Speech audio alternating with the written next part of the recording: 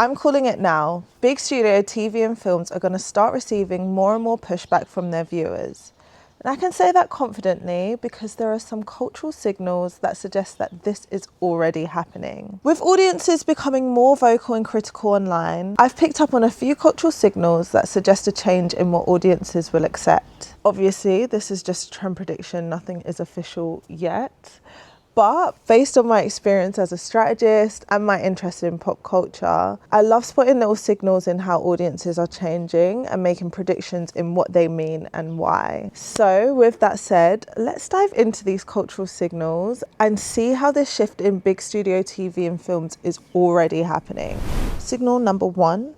People are questioning casting choices more than ever. Casting has become a huge topic of conversation online nowadays, and it seems like there's been a lot more scrutiny about the casting decisions that have been made, to the point where people are forming such strong opinions about the film before it's even released, based purely on the casting alone. People are questioning why they keep seeing the same faces, whether the casting actually serves the story and the character, or whether they've been cast because their name is recognizable and marketable. A perfect example of this happening was with Emerald Fennell's Wuthering Heights 2026 adaptation, which is arguably the most controversial film that we've had come out in the past recent years. Like, I don't know, I've genuinely never seen so many content creators, publications, so many thought pieces, essays, substacks on why they was upset with this Wuthering Heights adaptation. Just in case you didn't know, a lot of people are very precious about Emily Bronte's 19th century novel, Wuthering Heights. And they were so vocal about how they thought that Emerald Fennell's adaptation was a dishonor to what Emily Bronte would have wanted. And a big part of that had to do with the casting choices, particularly with the leading roles, with Margot Robbie playing Catherine and Jacob Elordi playing Heathcliff.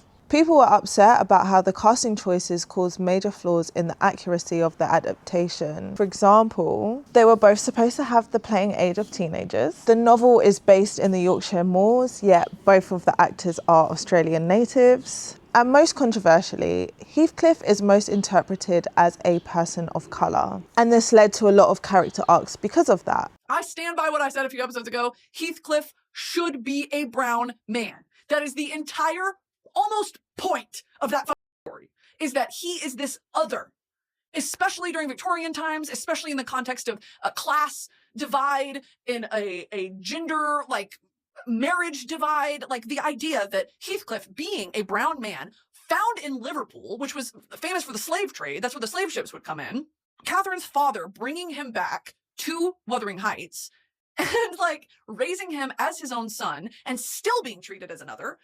Catherine going off and marrying, Heathcliff going off and making something of himself. He's rich. He is a notable man of like wealth and power, but it's still not enough because he's not fucking white. That is the point of this book, okay? That it was a doomed romance. It's the idea of cruelty. It's the idea of elitism and the class divide and all of these like topical, and by that I mean it's still relevant today. That's why this book has withstood the test of time. When you whitewash Heathcliff and make him hot, sexy Jacob Elordi, yay, right? Like, sure, for go see the movie if you're just looking to be entertained, but that's not Wuthering Heights. So with Jacob Elordi playing Heathcliff, the eradication of his race and identity felt like not only a disservice to the character, but a step backwards in culture altogether. Can I tell you the truth? At one point, long time ago, I Googled POC characters in the literary canon. Actually, first I Googled like black characters. I just wanted to read some stories about black people, but like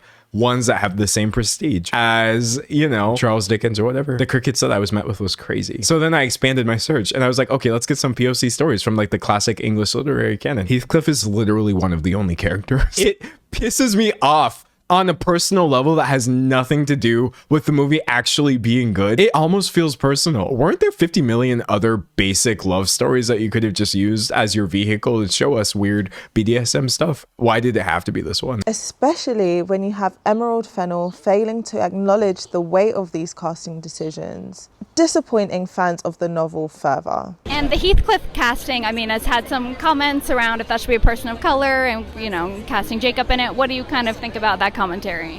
I think the thing is everyone who loves this book has such a personal connection to it. And so you can only ever kind of make the movie that you sort of imagined yourself when you read it, and then you can, I don't know, I think I was sort of focusing on kind of sadomasochistic elements of it. And so, but that's the great thing about this movie, is it could be made every year and it would still be so moving and so interesting. There are so many different takes. So, you know, I just welcome I think every year we should have a new one. With all of these inconsistencies from the original book, a lot of people decided that the casting felt less like an authentic adaptation and more like a commercial decision. You can see a similar reaction with the upcoming Beatles biopic, which will star some of the most in-demand household actors of today, like Paul Mescal, Harris Dickinson, Barry Keoghan and Joseph Quinn. It's actually due to their success that people are arguing that all four are far too well known to play these iconic musicians without bringing in their own cultural associations. And with none of these actors actually originating from Liverpool, people are criticising the director of erasing the Beatles' cultural heritage. Bearing in mind, these films won't come out until 2028. But already, without even a trailer, people are unimpressed with the casting decisions already being made. From what I can see online, it feels like if the general public had it their way, they would have preferred no-name, raw, local talent instead of these big-name actors. And it seems like even actors are becoming aware of this shift too. Like in a recent video, Zendaya said she's going to go into hiding after this year because she fears people will be sick of her after playing the leading role in like 6 major films coming out. Ma'am, you were having the year this year. I will just go ahead and say it. Drama, Euphoria, Spider-Man, Dune, Him The too. Odyssey. I know, you too. Like I said, I just hope you guys don't get sick of me this year, because I'll tell you what, after this, I'm disappearing for a little bit. I'm gonna have to go into hiding for just a little bit. She's one of my favorite actresses, celebrities out there. However, I think that we all need to prepare ourselves for the hate train that is inevitably coming Zendaya's way. The reason that it's coming her way is because she's about to have the biggest year of her career. She has 5 projects, maybe 6, coming out in 2026. Now, what do all of these movies require? They require a press tour. Something that everyone loves, loves, loves from Zendaya, including me. I love the method dressing, I love the drama. And while she's very media trained and never really gives anything away, I think what we've learned over the past few weeks is if you are overexposed in the media for months and months and months, you're bound to say something a little off. And people take that and run. And maybe think if a hate train kind of starts trickling in for Zendaya, think to yourself, is this real? Do I actually dislike Zendaya? Or is the same thing happening in a cycle of every celebrity, Florence Pugh, Timothée Chalamet, Rachel Sennett, that when they're overexposed, then a hate train comes their way? Also, Odessa Azion, I hope I'm pronouncing that right, I've never actually said her name out loud. She actually dropped out of a role because she got a lot of backlash from people saying that she's not from the same country of origin that the character's from, even though she knew the director and had a good working relationship with the director. I guess she didn't want to get involved in the drama. And in the most extreme cases, Papa Esigio received literal death threats. Death threats, guys. Is it ever that deep? But he's received literal death threats because he's going to be playing Professor Snape in the Harry Potter reboot. There have been some extreme responses, and I'd be lying if I said that, you know, I'm a completely impenetrable robot automaton, you know. Like, come on now. You guys are doing too much. I have my own personal opinions around casting choices. Like, I think casting directors have a very big job to do to find the right person, and that it matters more about the actor's skill and emotional capacity to actually embody the character that they're playing. But besides what I think, it is very clear to see, especially from these are just recent examples alone, that people are voicing their opinions around casting decisions more. It is so important to say that sometimes it really does cross a line. Like, there is no need to be sending death threats to people over the character that they play. So sometimes these criticisms are super entitled and really toxic. But for the most part, I think this reaction comes from a genuine shift in what audiences value, which is authenticity, representation, and diversity. So when casting choices feel disconnected from that, people are much quicker to question them, and they're starting to show how they prioritize authenticity over recognizability. Okay, and moving on to signal number 2. People are quick to call out stories that feel empty.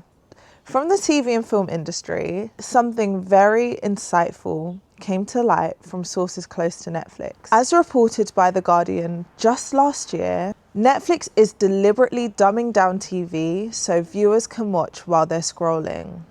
How mad is that? Netflix are actively encouraging second screen content where shows are designed to be followed even if you're not fully paying attention to them. Insiders have claimed that they're being made to rewrite scripts for viewers who use their phones while watching TV. Things like characters over-explaining the plot, or simpler, more repetitive storytelling. All of these adjustments are being made so that it's easier to be watched in the background. But, and this is where the shift in behaviour comes in, it feels, and what I'm noticing, is that audiences aren't actually responding well to that. If anything, viewers are actually more aware of when things feel shallow or over-explained. And thanks to the rise of social platforms like TikTok and YouTube and Letterboxd, it makes it easier for audiences to call out for better, well-constructed TV and films. A really clear example of this is the reaction to the long-anticipated final season of Stranger Things. Stranger Things, which is one of Netflix's biggest shows, came out in 2016. So audiences have been invested in this world for like 10 years. And after a 3-year wait from the most recent season, the expectations were massive. But once it was finally aired, people were not afraid to hold back what they thought about the show. I'm going to read from a few articles online about how the general public and critics found that last season, and specifically hone in on the points revolving around the storyline. Friends? No thanks. Best friends. But see, Robin, that doesn't work because if you look at our board, we only have 2 M's. Okay. So let me get this straight. And I want focus, heart on a platter.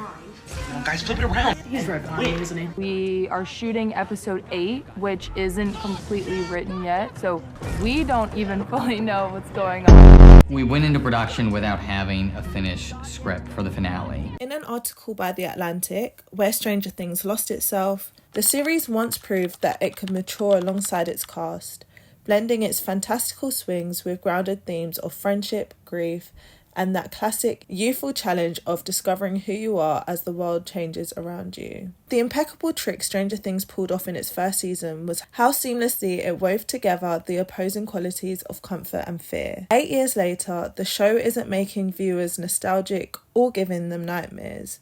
It's just telling them what happens next. In an article by Forbes, the second part of the final season of Netflix's mega hit sci-fi series spent far too much time stalling the action with grueling, cheesy heart-to-hearts riddled with awkward dialogue, all nuance and subtext be damned. In the end, the Duffer Brothers failed to trust their audience, both on emotional and intellectual terms, stuffing the final season with tedious exposition and hammy dialogue and pulling their punches when it mattered most. They also didn't trust their own writers or themselves, retconning past story beats and lore in order to make the final season work. This watered down and rather limp ending wasn't the worst possible outcome for Stranger Things, but it could have been so much better. And another example is the rise of the film critic on platforms like TikTok, Letterboxd, YouTube, Instagram, whatever. I'm telling you what I watched again. Also, holy I don't have. What is the deal with Project Hail Mary? Because here are some of the films that I watched recently. It's been cold outside, so I've been hibernating. Also want to share some social media accounts that are fully dedicated to analysing TV and film and what they're saying and picking up on as criticism to storylines nowadays. Is there a more iconic duo than Colleen Hoover movies and egregiously oversimplified conflict resolution? Because in It Ends With Us, for a girl to get out of a violent relationship, one she'd been groomed so effectively to accept that the movie presents the relationship as perfect until the very end, all she has to do is firmly demand a divorce and say, imagine if someone hurt our daughter.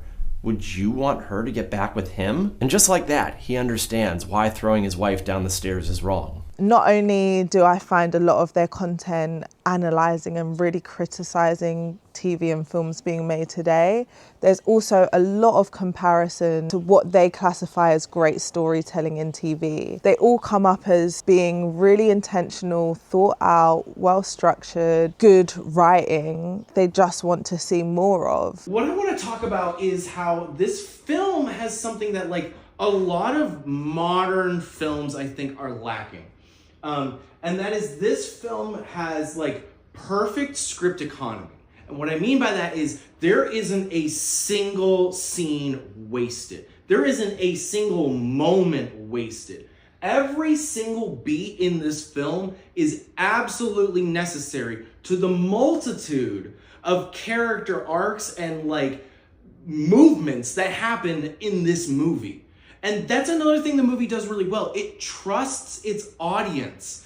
There are many scenes in this film where you, in the moment, don't know what you're actually witnessing. That's something that I feel like a lot of modern films, just because of the rise of streaming, we now like tied to our phones and we're watching television and stuff, but we're also looking at our phones. We're not fully paying attention. And that has given rise to the overabundance of exposition, which you don't need. You don't need to remind your audiences of the plot every other scene. You can pull up Pirates of the Caribbean. Future screenwriters, pull up Pirates of the Caribbean. Trust your audience. Use your script economy well. Make sure nothing's wasted. And trust your audience. We're smart enough. We don't need exposition every 5 minutes. We can wait with suspense to find out what the scene we just watched is gonna turn into later. So going into why this is happening, I have a suspicion that these big studios are underestimating their audiences. There's this assumption that audiences have shorter attention spans nowadays, that we're constantly being distracted, we're only half watching, we're doom scrolling all the time. And although that might be a little bit true, I think that they're forgetting that audiences have actually lived and watched the TV and films that are known to be the greatest of storytelling, or have the access to watch them. And once you've experienced that level of quality, it becomes much harder to accept something that feels like it's designed to be half watched. So there's this disconnect where content is being made simpler and easier for audiences to consume, but audiences are actually more aware and more capable of recognizing when something isn't good enough. Okay, and moving on to point number 3, people are disliking how similar everything looks. Audiences are noticing a visual sameness across TV and films. They often share the same exposed, uniform aesthetic, which is now being labelled as Netflix lighting. And this has started to become a more commented on problem as streaming is taking over Hollywood. This has also made viewers yearn for that bold, expressive cinematography of the 90s and early 2000s. Which is when they felt like the style was more intentional and distinctive and sparked more of an emotional response within them. Movies used to have vibe. Now they don't. Older films had an organic quality to them. The rich colors, the contrast, it just felt so real. Now, movies don't even look like movies. They look like commercials. Everything's so perfectly lit to the point where it feels fake. People want to blame modern cameras, but the issue isn't so much equipment, it's the approach to modern cinema. We're prioritizing speed and flexibility in post over cinematography, and the audience can feel the difference. I think a great example to use is Wicked. Obviously, it got so many rightfully deserved praise for the films, but the biggest widespread critique was how it looked and felt on screen, often being compared to a TV advert. And what's super interesting about this is what The Wizard of Oz was actually known for. And Wizard of Oz was actually credited for changing the color in film forever. When you think about Wicked, what do you think about? Like, I just think about so much color. I'm not understanding this oxymoron thing that's happening nowadays where we're taking these crazy fantasy insane films where there's so much opportunity for like bursts of color, and then we end up with images like this. Like, this is supposed to be colorful. Okay, now let's go back to 1939. First color film of all time. Technicolor. Wizard of Oz. I mean, are you kidding me? This is 2025. This is 1939. It looks absolutely wonderful. It looks amazing. It looks better than what Wicked looked like in IMAX. And I still think that this looks better than that. Another great example was when the trailer for Devil Wears Prada 2 dropped. It encouraged people to do a side-by-side comparison of the original movie compared to the 2026 version, which again leads into this discourse on missing the 90s and 2000s cinematography and lighting, calling it the golden years of how TV should look and feel. I do want to speak about why this is happening from an industry point of view as well. So let me summarize some learnings from this article which helped me to get some context of the situation. Let's start off by saying it's not like we've raised a new generation of lazy cinematographers who don't care about what TV and films look like anymore. But what has significantly changed is how the industry functions. For example, the medium has changed. Think of all the screens we're consuming TV and film on, like iPhones, iPads, massive TVs, small airplane TVs. Because of this, streaming platforms have strict quality control requirements to avoid noise, colour shifts, and compression artifacts. So, the lighting needs to be compatible across the board. And to avoid rejections or costly fixes, productions often choose to play it safe with brighter, flatter exposures. Also, production pressures got more demanding, and the high contrast lighting that we got from the early 2000s cinematography is now a scheduling risk, because every time the camera moves, the setup needs to be rebuilt and checked. And when you're shooting 10 to 12 pages a day, that time does not exist. Even soft lighting is far more forgiving because actors can move without killing the exposure, cameras can reposition without rebuilding whole scenes, and continuity stays cleaner in post-production. So safety had to become the default. Again, all roads lead back to big studio demands and pressures. I genuinely believe people miss the artistry of classic cinematography where they're moved not only visually but emotionally too, rather than this fast-produced, flat, uniform aesthetic that we're seeing now. Okay, moving on to signal number 4. People are getting tired of the spin-offs, remakes, and reboots. We are living in the age of cinematic universes, meaning that pretty much everything is connected to an existing IP, whether that's sequels, reboots, spin-offs, adaptations, video games, best-selling novels, or comic books.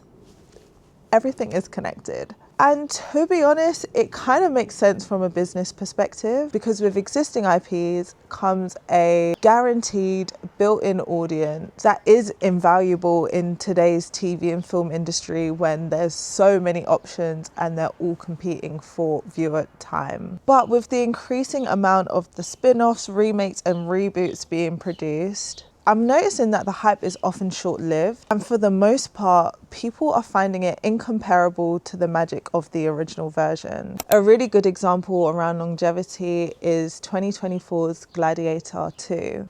I dare you to ask any male in your life what their favourite film is.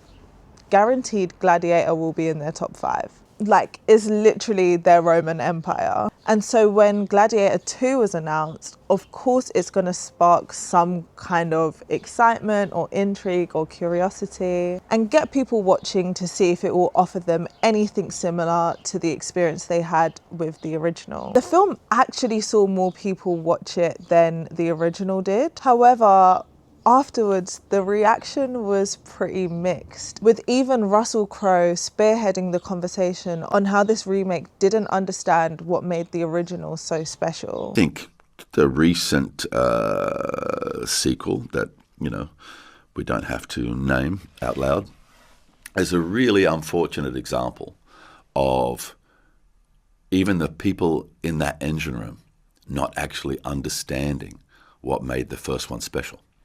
It wasn't the pomp, it wasn't the circumstance, it wasn't the action, it was the moral core. To which so many people agreed with. It was more of like a hype spectacle than a historically accurate story. And also just thinking about it, like, who talks about Gladiator 2 anymore?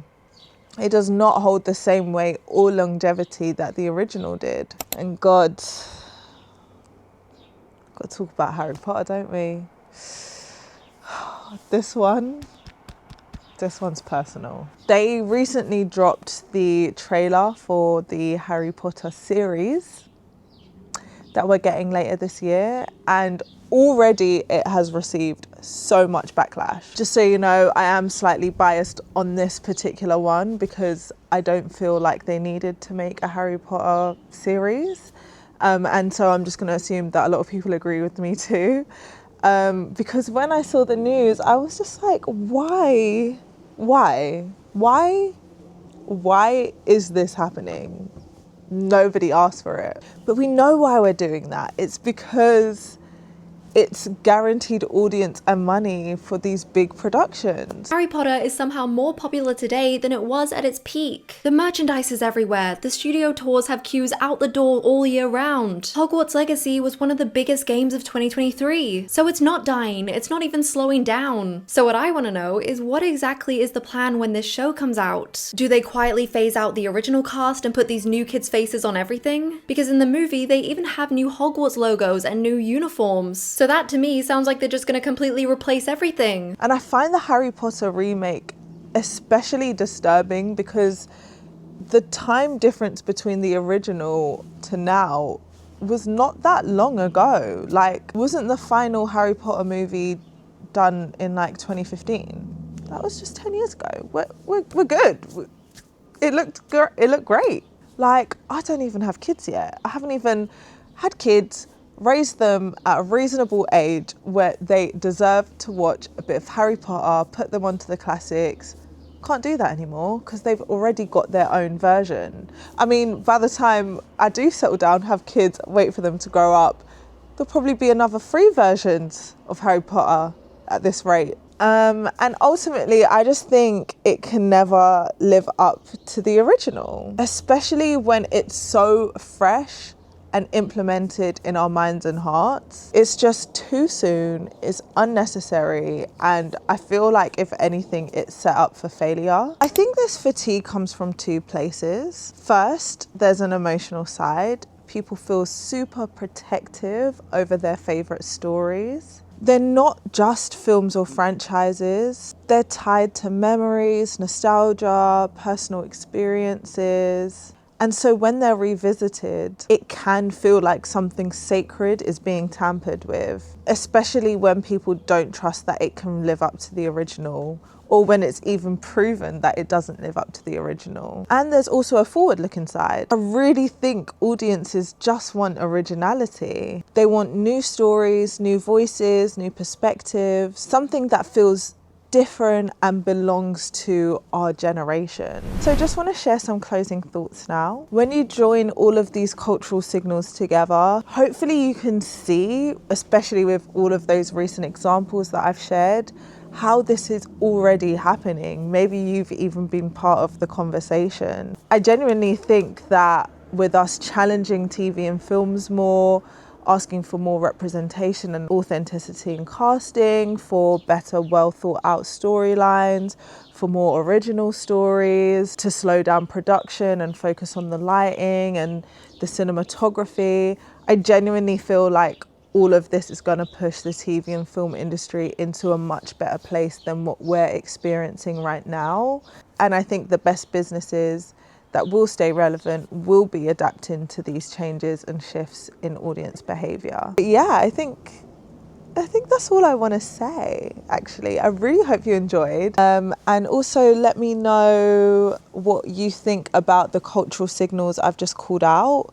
Have you seen them? Are you parts of the conversation? Is there anything else that you've noticed that is a signal that TV and film is going to be changing? Would love to continue the conversation in the comment section below. Like, share, comment and subscribe. Thank you so much for watching. I hope to see you again. Bye.